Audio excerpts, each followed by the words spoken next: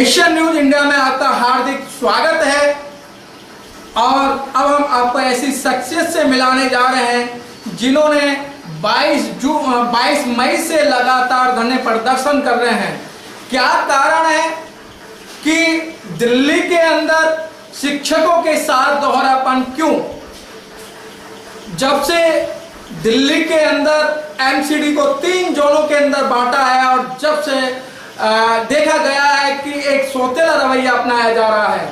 2 जोनों के अंदर शिक्षकों को तनख्वाह बड़े आराम से मिल रही है और एक जोन के अंदर तनख्वाह नहीं मिल रही है। इन सब बातों को लेके हमारे बीच में हैं रामकिशन पुनिया जी। आए दिन शिक्षकों की बात को आगे करते हैं, बढ़ाते हैं, शिक्षकों की परेशानी में अपनी परेशानी समझते हैं, क्योंकि वो भी एक टीचर रहे हैं और उन्हें पता है कि किस तरीके टीचरों की जिम्मेदारी होती है, परेशानियां होती हैं। रामकिशन पुनिया जी, आपका नेशन न्यूज इंडिया में आपका हार्दिक स्वागत है। धन्यवाद सर, धन्यवाद। पुनिया जी, अब जिस तरीके से लगातार ये जोन बांटे गए थे, उन जोनों से एक उम्मीद थी कि अलग अलग जोन रहेंगे, अलग अलग कमिश्नर रहेंगे तो ये सुविधाएं लोगों को मिलेंगी। तो क्या कारण है कि आपके साथ में सौतेला रवैया अपनाया जा रहा है? सर, इस बारे में मैं पहले एक बार अपना परिचय देता हूं कि मेरा नाम रामकिशन पुनिया है जी। और मैं दिल्ली की joint shift teachers friends of Delhi and PSTT teachers union primary to university level तक का संस्थापक एवं सुप्रीमो जो 37 साल से दिल्ली में काम कर रही है। हमारे उत्तरी दिल्ली नगर निगम के लगभग 8000 शिक्षकों को मार्च से वेतन और पेंशन नहीं मिला। उसको लेकर के हमारी यूनियन के आह्वान पर 24 मई से और लोग अपने बच्चों के साथ भूखे सो रहे थे। हमारी बात ऊपर तक गई और हम प्रतिदिन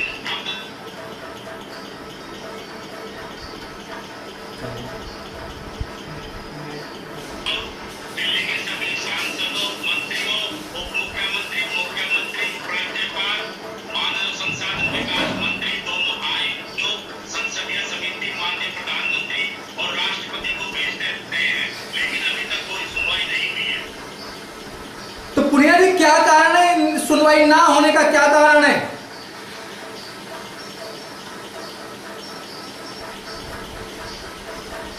इसके पीछे बात पहचाने इन्होंने हाथ खड़े कर दिए। जब हम इस मामले को लेकर के दिल्ली सरकार के पास आते हैं तो दिल्ली सरकार की तरफला आ जाती है, यानी कि 2 सरकारों के बीच आज हमारे निगम का शिक्षक पिस रहा है।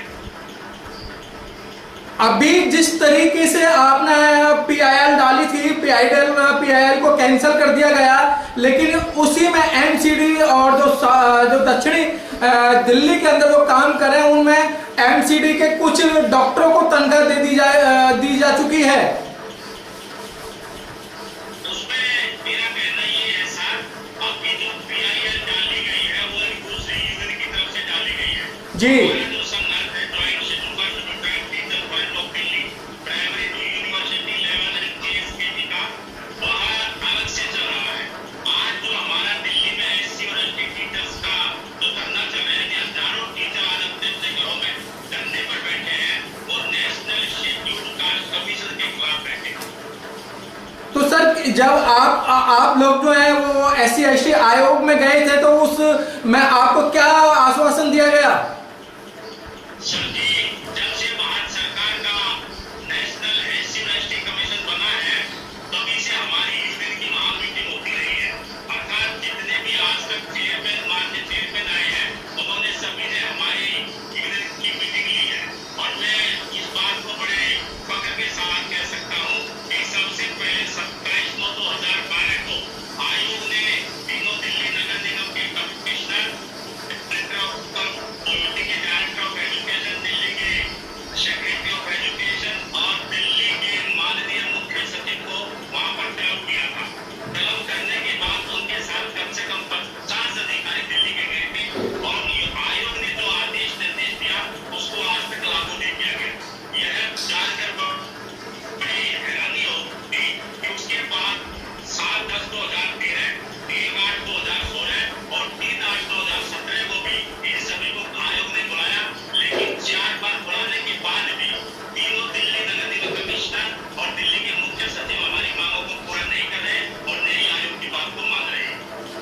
पुनिया जी आपको लगता है कि आयोग और जो दिल्ली सरकार के सचिव हैं और ये मतलब इनकी मिली भगत होने के कारण आप लोगों को पीसा जा रहा है? सर बिल्कुल मैं दावे के साथ कह सकता हूँ कि नेशनल शेड्यूल कास्ट कमीशन और दिल्ली नगर निगम के कमिश्नर की आपसी साठगांठ है, वरना अगर ऐसा नहीं होता तो माननीय आयोग ने उत्तरी दिल्ली नगर निगम की कमिश्नर श्रीमती वर्षा जोशी को 6 बार नोटिस जारी किए। 20/6/2019 को, 10/7/2019 को, 27/8/2019 को, 18/10/2019 को, 5/11/2019 को और आखिर में 11/12/2019 को, यानी कि हमारी यूनियन की अपील पर 6 नोटिस जारी करने के बाद भी दिल्ली नगर निगम कमिश्नर ने आयोग को कोई जवाब नहीं दिया। तो इसका मतलब कि दिल्ली का लगभग 10,000 अनुसूचित जाति जनजाति शिक्षक अधिकारियों और आयोग के बीच में पिस रहा है आपसी साझेदारी। जी पुनिया, आज 28/6/2020 को दिल्ली के हजारों शिक्षक सरकारी निर्देशों का पालन करते हुए अपने अपने घरों में नेशनल शेड्यूल कास्ट कमीशन के खिलाफ धरने पर बैठे हुए हैं। अगर जरूरत पड़े तो हमारा दिल्ली का स्टेट टीचर वो संसद की ओर भी कूच कर सकता है। पुनिया जी जिस तरीके से आप रात दिन मेहनत कर रहे हैं और आयोग भी आपकी बात को नहीं सुन रहा है, दिल्ली सरकार भी नहीं सुन रही है, क्या इससे एक ये समझा जाए कि जातीय स्तर पर भेदभाव हो रहा है? सर बिल्कुल सरेआम। देखिए जातीय स्तर पर और कोई कहे तो अलग बात है, लेकिन जब भारत सरकार का राष्ट्रीय अनुसूचित जाति आयोग जो बनाया है हमारे संवैधानिक अधिकारों की रक्षा के लिए, अगर वही आयोग हमारे साथ भेदभाव करे तो इसका मतलब ये है कि मैंने महामहिम राष्ट्रपति को चिट्ठी लिखी है कि हमें संयुक्त राष्ट्र संघ अर्थात यूएनओ में जाने की हमें अनुमति दी है, ऐसा मैंने एक पत्र लिखा है। तो क्या रामकिशन पुनिया जी, क्या इस समय जो 3 जोन है उनमें तनख्वाह दी जा रही है और उनको जो पेंशन है पेंशन दी जा रही है, तो क्या कारण है एक ही जोन से इनका इतना बड़े भेदभाव क्यों? सर इसमें जहां तक मैं सोचता हूँ कि इसमें सबसे बड़ी गलती वो दोनों ही सरकारों की, जो नगर निगम है जो दिल्ली सरकार है। दिल्ली सरकार कहती है कि हमने पैसा दे दिया है और निगम ने वो पैसा कहीं और डाइवर्ट कर दिया। तो मैं सोचता हूँ कि और इसके वेतन के साथ साथ पेंशन भी आज तक की सेवा निवृत्त शिक्षकों को नहीं मिली है। इसके साथ साथ जो कैशलेस की सुविधा हमें रिटायर्ड टीचर्स को मिली है, अगर हम किसी भी अस्पताल में हमारे अस्पताल में पैसा जमा कराने के बाद हमारे इलाज करते हैं, फिर फाइल लेकर के इस उम्र में हम डॉक्टरों के चक्कर लगाते हैं, कोई नहीं सुनता है, और जो पैसा अपनी जेब से खर्च करते हैं बीमारी पर, वो पैसा भी आज तक नहीं मिला, नहीं मिल सकते। तो पुनिया जी इस समय बहुत बड़ा माहौल चल रहा है और अभी आप लोग इस उम्र के अंदर धरना प्रदर्शन कर रहे हैं और रात्रि को भूखा सोते हैं, मैंने ऐसा देखा है। और मैं जब पास भी चले गए, दिल्ली सरकार के पास भी चले गए और एक रास्ता था जो SC/ST आयोग वाला, वहां पे भी चले गए। तो अब आपका अगला कदम क्या होगा? अगले कदम के लिए सभी ऐसा चाहूंगा कि मैं दिल्ली के लगभग 10,000 SC/ST टीचर को आह्वान करूंगा कि प्राथमिक से लेकर के विश्वविद्यालय स्तर तक के शिक्षक हम पार्लियामेंट की कूच करने का ऐलान करें। पार्लियामेंट की कूच करेंगे आप? हम पार्लियामेंट तक कूच करेंगे। लेकिन सर देखा गया है कि अभी इस समय लोगों को कमरों के अंदर, घरों के अंदर बंद करने के बाद में सरकार जो सुप्रीम कोर्ट का सहारा लेकर नए नए आदेश पारित कर रही है। इस संदर्भ में मेरा कहना ये है कि हमारी यूनियन बराबर आरक्षण से संबंधित भारतीय उपनियम के ऊपर बहुत गहरी नजर रखी हुई है। अगर हमें लगा कि बहुत ज्यादा गलती समाज के साथ हो रहा है और उसका जबरदस्त विरोध दिल्ली के भीतर है। तो सर आप चलते चलते जिस तरीके से आप धरना प्रदर्शन कर रहे हैं, घरों में बैठ के आप अपनी बात को रख रहे हैं, लेकिन सर इस समय देखा गया है कि जो शांतिपूर्वक धरना प्रदर्शन करते हैं, अपनी मांग रखते हैं, उनकी बातें नहीं सुनी जा रही हैं और आप लोग आज भी आज के दिन भी आप शांतिपूर्वक घरों में बैठ के सर धरना प्रदर्शन कर रहे हैं, लेकिन सरकार के कानों पे किसी प्रकार से जू नहीं रेंग रही है। ऐसा तो नहीं कह सकता मैंने एक चीज देखी है कि अगर मैं 37 साल से यूनियन में हूँ और ये कहूँ कि आज मैं दिल्ली का सबसे वरिष्ठ शिक्षक यूनियन में माना जा सकता है मेरे को। मैंने शांतिपूर्वक ढंग से भी बहुत ज्यादा आंदोलन किया है, आज भी कर रहा हूँ मैं, और उम्मीद है कि सरकार हमारे शांतिपूर्वक आंदोलन को भी जो है वो तवज्जो देगी, सुनेगी। पुनिया साहब, जिस आप चलते चलते जो जिन लोगों को तनख्वाह नहीं मिल रही, पेंशन नहीं मिल रही, इस समय बहुत बड़ी परेशानी पे हैं, वो तो परेशानी पे है, उनका परिवार भी परेशानी पे है, बच्चे भी परेशानी में, उनकी बीवी भी, पूरा परिवार इस समय परेशानी पे, उनके लिए आप क्या संदेश देना चाहते हैं? मैं उनको यही संदेश देना चाहता हूँ कि आप लोग थोड़ा धैर्य बना के रखें, और जब भी यूनियन आपको आह्वान करती है तो चाहे हमें सरकारी निर्देशों को आगे भविष्य में तोड़ना पड़े, हम वास्तव में तोड़ भी सकते हैं, ऐसी बात नहीं है, लेकिन जब तक आराम से काम चले, हम आराम से जो है अपनी बात सरकार तक पहुंचा दें, और जब जरूरत पड़ेगी हम संसद की ओर भी बढ़ेंगे, हम राष्ट्रपति के पास भी जाएंगे, उस समय सरकारी निर्देशों का पालन करते हुए उचित दूरी बना करके हम वहां तक जा सकते हैं। तो पुनिया जी, बहुत बहुत धन्यवाद आपका। मनोज पीपल, माननीय आदरणीय, आपका भी बहुत बहुत धन्यवाद जो आपने इतना समय हमें दिया। दिल्ली के अनुसूचित जाति जनजाति शिक्षकों की तरफ से मैं आपको दिल से आभार प्रकट करता हूँ। धन्यवाद सर।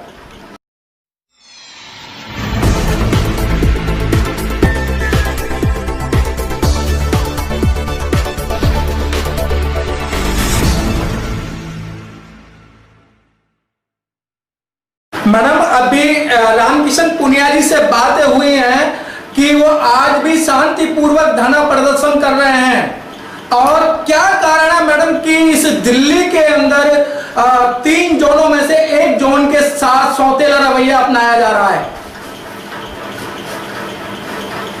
बिल्कुल ठीक कह रहे हैं मनोज जी। ये दुर्भाग्य का विषय है कि भारत देश की राजधानी दिल्ली में निगम के जो शिक्षक हैं उनके साथ निगम के शिक्षकों को गवर्नमेंट से सौतेला व्यवहार लगातार किया जा रहा है, क्योंकि अब उनका महीना पूरा खत्म होने पर 4 महीने से निगम शिक्षकों को नहीं मिल रहा है, और जहाँ बाकी जा रहा है और व्यवहारिक हो गया कि आगे आगे पहुंचा पीड़ा देने सरकार को, जगह प्रशासन को दिखाई नहीं दे रही। मैडम, ये अभी आप लोग कमिश्नर के पास भी चले गए और आप लोग दिल्ली सरकार के पास भी चले गए, केंद्र सरकार के पास भी चले गए, क्या कारण है कि आपकी जो बातों को नहीं सुना जा रहा? क्या कारण है कि आपके दुख दर्द को वो नहीं देख रहे हैं?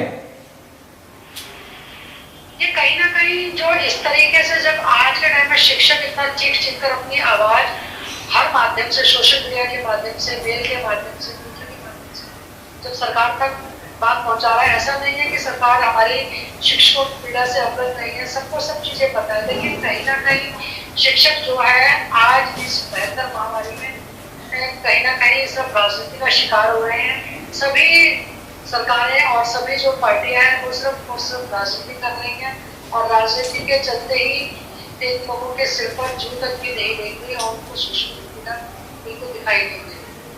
मैडम, ये अभी आप लोग शांतिपूर्वक अपने घरों के अंदर नाइट में भूखे सो रहे थे, मैंने कई टीचरों के घर पे जाके देखा, वो टीचर ही नहीं बल्कि उनकी फैमिली इस तरीके से परेशान है और आंखों में आंसू आ जाते हैं कि हम करें तो करें क्या। बिल्कुल ठीक कह रहे हैं कि मार्च के महीने से जब से लॉकडाउन स्टार्ट हुआ है, मार्च के महीने से जहाँ सरकार एकदम लगातार ये कह रही है कि आप अपने घर में साथ जो भी कर्मचारी आते हैं, जब मेड आती है या जो भी आपकी फैक्ट्री में मजदूर काम करते हैं, उनको किसी प्रकार से वेतन ना काटा जाए। भाई सरकार का उनका इस तरह का दोगला रवैया कि जब मार्च से लॉकडाउन चल रहा है देश में, और आज 4 महीने, तो आज 28 तारीख है और 2 दिन बाद जून का महीना खत्म हो गया, 4 महीने से जब खुद दिल्ली सरकार और निगम प्रशासन में टीचर्स को सैलरी नहीं देना, 4 महीने से टीचर मजबूर है भूखा सोने के लिए, आज उनके परिवारों की ऐसी हालत हो गई है कि 24 मई से हमारी यूनियन ने लगातार शांतिपूर्वक अपने घरों में बैठ कर धरना दिया और रात को भूखे सोकर इस चीज का विरोध किया। केवल शिक्षक ही नहीं, उनका परिवार, उनके बच्चे भी उनके साथ रात को भूखे सोकर सरकार की इस जो बिल्कुल कठोर जो का रवैया है उसके खिलाफ उन्होंने धरना दिया रात को भूखे रहकर। मैडम, अभी आप लोग, आपकी यूनियन SC/ST आयोग में भी गई और SC/ST आयोग ने बराबर एक लेटर के माध्यम से इनको इंफॉर्मेशन दी और अवगत कराया गया कि भाई आप इन अध्यापकों की तनख्वाह क्यों नहीं दे रहे। तो क्या कारण है कि इस समय जो यहाँ की कमिश्नर है या ये MCD में जो सरकार है वो आयोग की बात नहीं मान रही है? ये तो बहुत ही मतलब क्या कहा जाए कि जहाँ पर एक भारत सरकार का जो कमीशन है, जहाँ पर हमारे SC/ST टीचर्स की सुनवाई होती है, लगातार आयोग ने जो है कि हमारे विभाग को, डायरेक्टर को, कमिश्नर को लगातार नोटिस, लगातार कम से कम 5-6 बार नोटिस जारी कर दिए। उसके बावजूद भी जो निगम कमिश्नर है जो और डायरेक्टर है वो आयोग में अपने जवाबदेही नहीं दे रहे हैं और आयोग ने हालांकि धमकी भी दी है कि वो अपने अधिकार का प्रयोग इन चीजों के खिलाफ कर इनके जो इस तरीके का रवैया है, जो कमिश्नर और डायरेक्टर का जो रवैया है आयोग के जो आयोग की बात को नहीं सुन रहे। लगातार आयोग ने 6 बार नोटिस जारी किया है तो उसके बावजूद भी वो कमीशन की बात को नहीं सुन रहे हैं। तो कहीं ना कहीं आज हमें ऐसा लगता है कि कहीं ना कहीं कमीशन और जो प्रशासन है उसकी कहीं ना कहीं कोई मिलीभगत है। तो आज उसी आयोग के खिलाफ हमारे टीचर 28 तारीख रविवार आज अपने घरों पर शांतिपूर्वक संवैधानिक दायरे में रहकर अपना धरना प्रदर्शन आयोग के खिलाफ कर रहे हैं। कहीं ना कहीं हमारी आवाज आयोग तक पहुंचेगी और टीचर्स के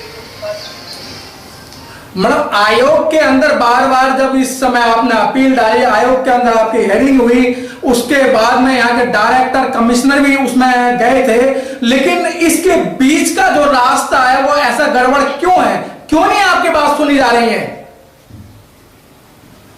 वही चीज मैं बता रही हूँ कि कहीं ना कहीं ऐसा लगता है कि आपस में कहीं ना कहीं इनका गठजोड़ है या कहीं ना कहीं मिली भगत है। जब लगातार ऐसा कैसे हो सकता है कि लगातार आयोग 6 बार नोटिस जारी कर रहा है डिपार्टमेंट को और डिपार्टमेंट की इतनी हिम्मत, जब आर्टिकल 338 के तहत आयोग अपनी शक्तियों का प्रयोग विभाग के, अगर विभाग को सुनवाई नहीं करता किसी यूनियन के कहने पर या किसी टीचर के कहने पर, अगर विभाग सुनवाई नहीं करता तो आयोग अपनी शक्तियों का प्रयोग कर सकते हैं। जब आयोग को पता है कि विभाग नहीं सुन रहा तो क्यों नहीं वो अपनी शक्तियों का प्रयोग करे, क्यों नहीं मजबूर करते विभाग को, डिपार्टमेंट को कि वो आकर आयोग में जवाब तलब करे और जो उनसे बार बार नोटिस को भेजे जा रहे हैं उस नोटिस का जवाब दे। तो कहीं ना कहीं इस चीज में लगता है कि आपस में मिली भगत है जिसकी वजह से टीचर्स के हितों पर कुठाराघात लगातार कर रहे हैं और आज शिक्षक अपनी आवाज कहीं तक भी नहीं पहुंचा पा रहा है। ये बहुत बड़ी विफलता है। मैडम, नहीं लगता है कि इसके ये मायने माने जाए कि जातीय स्तर पर बड़े पैमाने पर भेदभाव हो रहा है? बिल्कुल हो रहा है। आज के टाइम में हर चीज को लेकर अगर भेदभाव नहीं हो रहा होता तो क्या डिपार्टमेंट सुनता नहीं?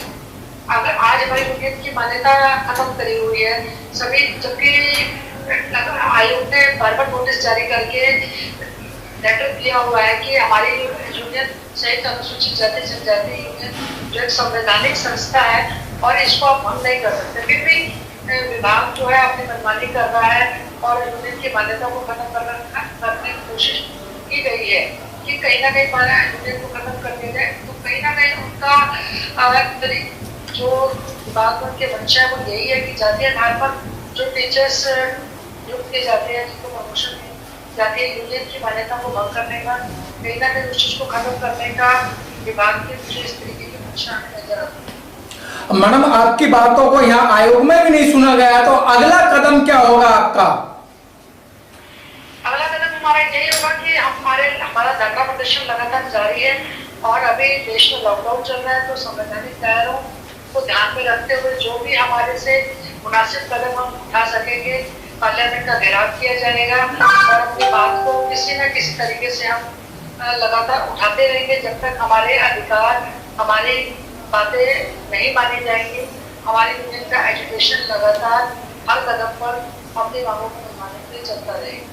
मैडम, आपको लाखों करोड़ों लोग देख रहे हैं इस समय, आपके जो शिक्षक हैं जो इस समय धरने पर बैठे हुए हैं वो भी आपको देख रहे हैं, और उन लोगों को क्या संदेश देना चाहती हैं?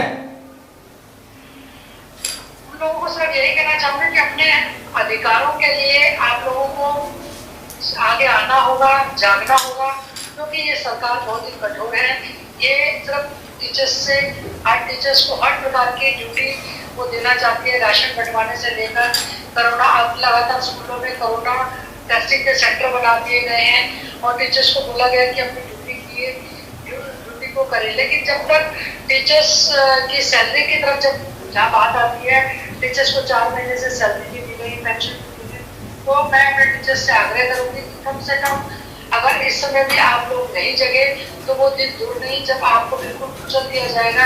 अपने अधिकारों के लिए अगर आपको, जब तक आप लोग आगे नहीं आओगे, जब तक आप अपनी आवाज नहीं उठाओगे, आपको कोई भी आपका हक नहीं देगा, क्योंकि बच्चा जब तक नहीं रोता माँ उसको दूध नहीं पिलाती। इसलिए अपने हक की आवाज के लिए आप लोगों को मिलकर आगे आना होगा और इस जो सरकार का दोगला रवैया है उसके खिलाफ अपनी आवाज उठानी। मैडम, बहुत बहुत धन्यवाद। जिस तरीके से आप देख रहे हैं कि टीचरों के अंदर एक आक्रोश है और टीचर ये चाहते हैं कि सरकार हमारी बात को मान ले। अगर सरकार हमारी बात को नहीं मानती है तो हमें अगला कदम जो उठाना होगा, वो लोगों की इस तरीके की बातें आ रही है कि आत्महत्या करेंगे, हम क्या करेंगे, हमारे बच्चे भूखे बिलबिला रहे हैं और हमारे सभी तरफ से हमारे रास्ते घिर चुके हैं। तो जैसे हमारे टीचरों से बात हो रही है, वो इस समय बड़ी पीड़ा सहन कर रहे हैं और पीड़ा में अपना गुजारा कर रहे हैं। तो इन सब चीजों को लेकर जिस तरीके से सरकार बातें नहीं मान रही है और दिल्ली के अंदर एक संविधान, एक विचारधारा, उसके अंदर भी तरह तरह की मतलब एक सौतेला रवैया, ये कहाँ की बात है, कहाँ टीचरों को ले जाना चाहते हैं। एक तरफ कहते हैं कि टीचर जो है भारत का निर्माण करते हैं, ये निर्माण करता है, आज उन्हीं की हालत बड़ी गंभीर है।